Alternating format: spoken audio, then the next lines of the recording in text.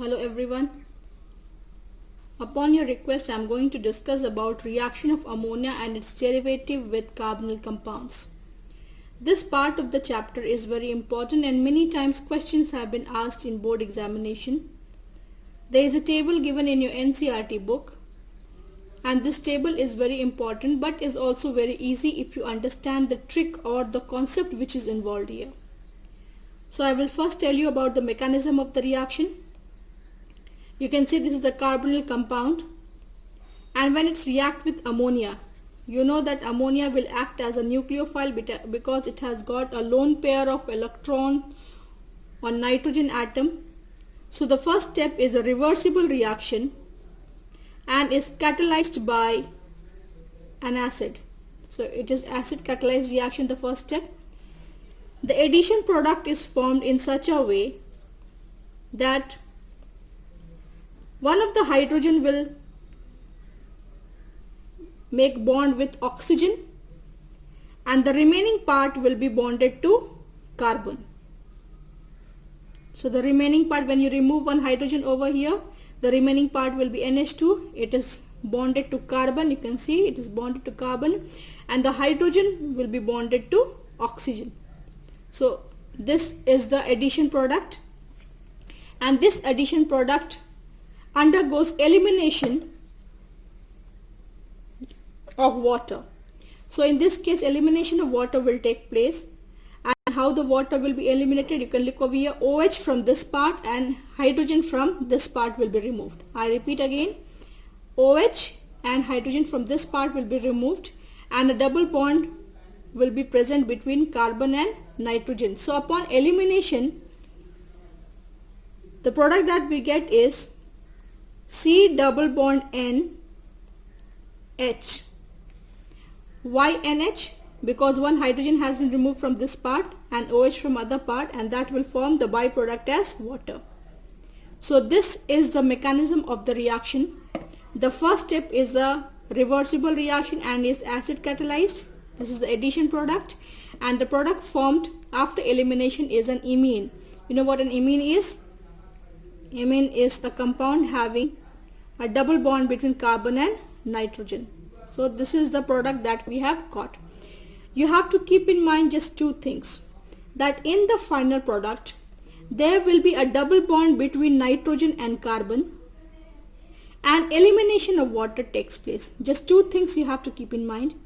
First thing is that in the final product the carbon and nitrogen will have a double bond, and the second thing, key point, is that elimination of water takes place.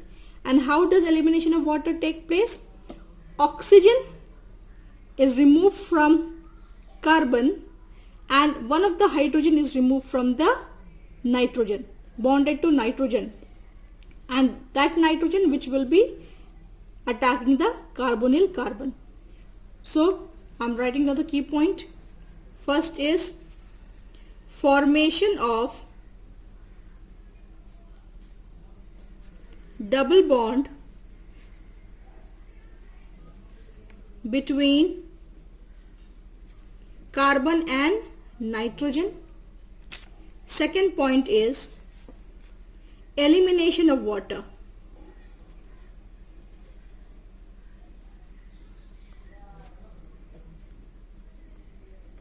So when elimination of water takes place, oxygen which is bonded to carbon is removed and one of the hydrogen atoms, or you can say that when you look at the initial reactant, two of the hydrogen from nitrogen and O from carbon is removed and water formation takes place. So if you keep in mind this trick, two hydrogen atoms from nitrogen and oxygen from carbonyl compound is removed and formation of water takes place.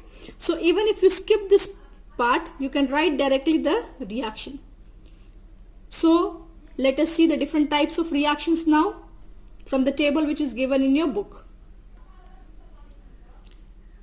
So we are going to write, we'll see this one. I will write down the products. The first one, since I had already done for you, this is reaction with ammonia. As I told you how it will take place, if you write down the addition product also, it will be OH and NH2, and upon elimination this will form C double bond N H plus water. So this is imine. The next one is reaction with hydroxylamine. Now what is hydroxylamine? When one of the hydrogen atom from ammonia is replaced by OH group. जब ammonia के एक hydrogen को हम OH group से replace करते हैं तो उसको बोलते हैं हाइड्रोक्सिल अमीन. अब हाइड्रोक्सिल अमीन का रिएक्शन हम लिखेंगे कार्बोनिल कंपाउंड के साथ. अब आपको दो चीज दिमाग में रखना है, या तो आप डायरेक्टली प्रोडक्ट लिख दीजिए या तो आप एडिशन प्रोडक्ट भी लिखिए. तो अगर आप डायरेक्टली प्रोडक्ट लिख रहे हैं तो दो चीज आपको दिमाग में रखनी है. पहला कि जो प्रोडक्ट फॉर्मेशन होगा उसमें कार्बन और नाइट्रोजन के बीच में डबल बॉन्ड होगा, और दूसरी बात क्या कि वाटर का रिमूवल होगा. तो वाटर का रिमूवल कैसे होगा? नाइट्रोजन के साथ जो हाइड्रोजन दोनों हैं वो हटेंगे, और ऑक्सीजन कहाँ से हटेगा? कार्बन के साथ जो बॉन्डेड ऑक्सीजन है वो हटता है.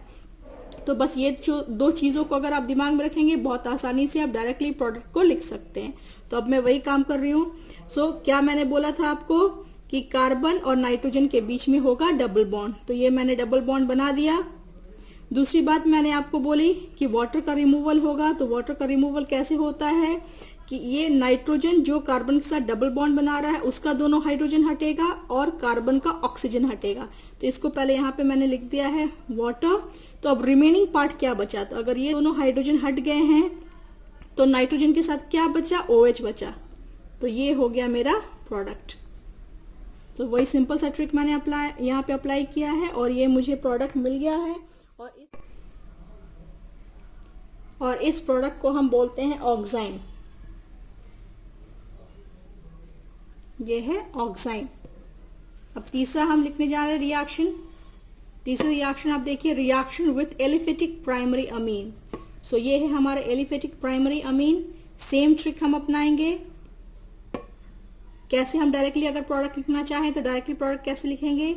कार्बन और नाइट्रोजन के बीच में आएगा डबल बॉन्ड, और दूसरी बात नाइट्रोजन के साथ जो दो हाइड्रोजन जुड़े हुए हैं वो हटेंगे और कार्बन का ऑक्सीजन हटेगा और फॉर्मेशन हो जाएगा वाटर का. तो प्रोडक्ट हम लिखते हैं. सबसे पहले आप वाटर लिख दीजिए. इसमें मैंने सीधे वाटर लिख दिया है, और रिमेनिंग पार्ट को हम दोनों को जोड़ देंगे डबल बॉन्ड के थ्रू. तो रिमेनिंग क्या पार्ट बचा? ये इस पार्ट का रिमेनिंग बचा, कार्बोनिल कंपाउंड का रिमेनिंग पार्ट बचा, और इसका रिमेनिंग पार्ट क्या बचेगा? NR. ये एलिफेटिक अमीन का रिमेनिंग पार्ट क्या बचा? NR. क्योंकि ये दोनों हाइड्रोजन तो हैं वो रिमूव हो जाएंगे वाटर फॉर्मेशन में, तो यही रिमेनिंग पार्ट बच जाएगा. अब इन दोनों रिमेनिंग पार्ट को हम किससे जोड़ेंगे? डबल बॉन्ड के थ्रू जोड़ देंगे. तो ये हो गया मेरा प्रोडक्ट, और इसको हम बोलते हैं सब्स्टिट्यूटेड इमीन या शिफ्ट बेस. इसको शिफ्ट बेस भी बोला जाता है या सब्स्टिट्यूटेड इमीन भी बोला जाता है.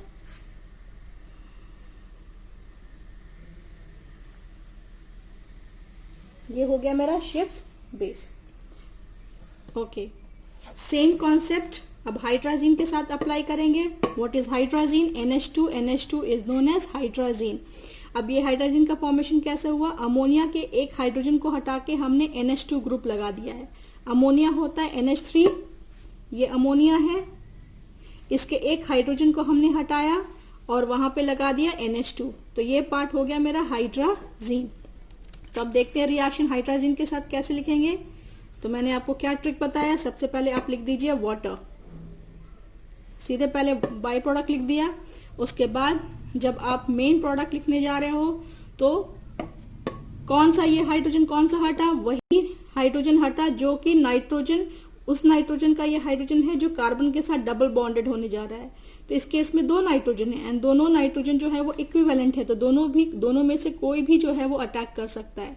या तो ये नाइट्रोजन भी कंपाउंड बना देगा या ये नाइट्रोजन कंपाउंड बनाएगा. दोनों ही केसेस में कंपाउंड जो बनेगा वो सेम बनेगा. So you don't have to worry for that because both the nitrogen atoms are equivalent in this case. So suppose I have taken up this one. मैंने first nitrogen को लेके compound बनाया है। सो मैंने ये वाला हाइड्रोजन जो है ऑलरेडी हटा दिया, ये 2 हाइड्रोजन हटा दिए और ये ऑक्सीजन हटा दिया। तो दोनों रिएक्टेंट का रिमेनिंग पार्ट जो है पहले हम वो लिख देंगे। ये हो गया रिमेनिंग पार्ट फर्स्ट रिएक्टेंट का। दूसरे रिएक्टेंट का रिमेनिंग पार्ट क्या हो जाएगा, N, और ये H2 तो ऑलरेडी रिमूव हो गया है, तो क्या बचा है इसमें NH2। ये इसका रिमेनिंग पार्ट हो गया, हाइड्रोजन का रिमेनिंग पार्ट। और आपस में हम दोनों को कैसे कंबाइन करते हैं, एक डबल बॉन्ड से। तो ये मेरा प्रोडक्ट फॉर्मेशन हो गया, इसको बोलते हैं हाइड्राजोन। हाइड्राजोन, तो हाइड्राजीन से जो प्रोडक्ट हमें मिला उसको हम बोलते हैं hydra.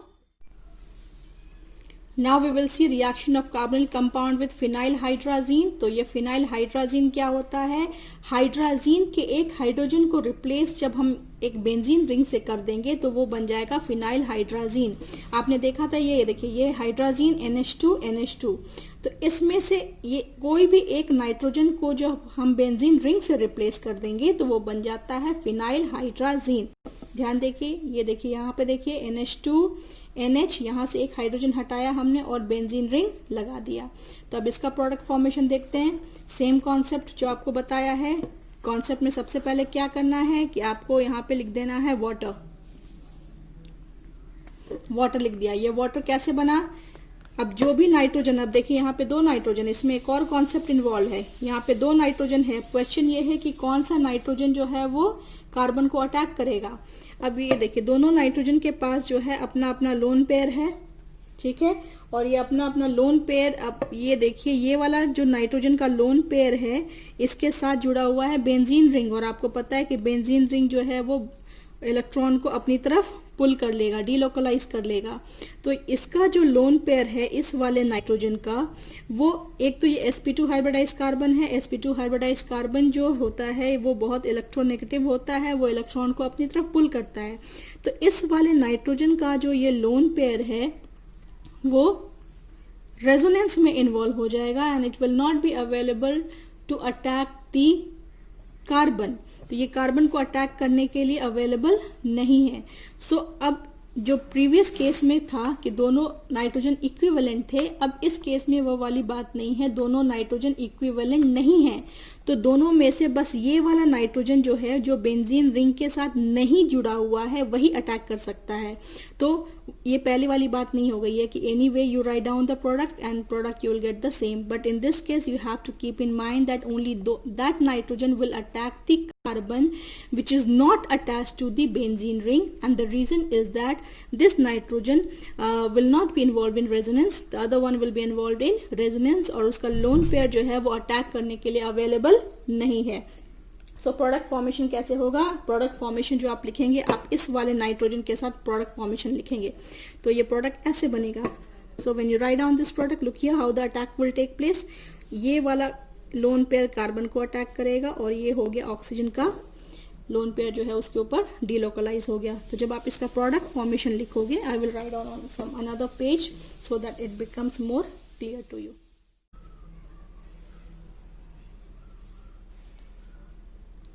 So you can see this is the reaction between carbonyl compound and phenyl hydrazine NH2 NH और ये बेंजीन रिंग। और यहाँ पे आपको ये देखना है कि दोनों नाइट्रोजन जो है वो अटैक नहीं कर सकते हैं, क्योंकि ये वाला नाइट्रोजन जो है एक बेंजीन रिंग से अटैच है, तो इसका जो लोन पेयर होगा वो डीलोकलाइज हो जाएगा बेंजीन रिंग की तरफ। It will not be free to attack the carbon over here, so only this nitrogen can attack. ये नाइट्रोजन ही बस ये अटैक कर सकता है।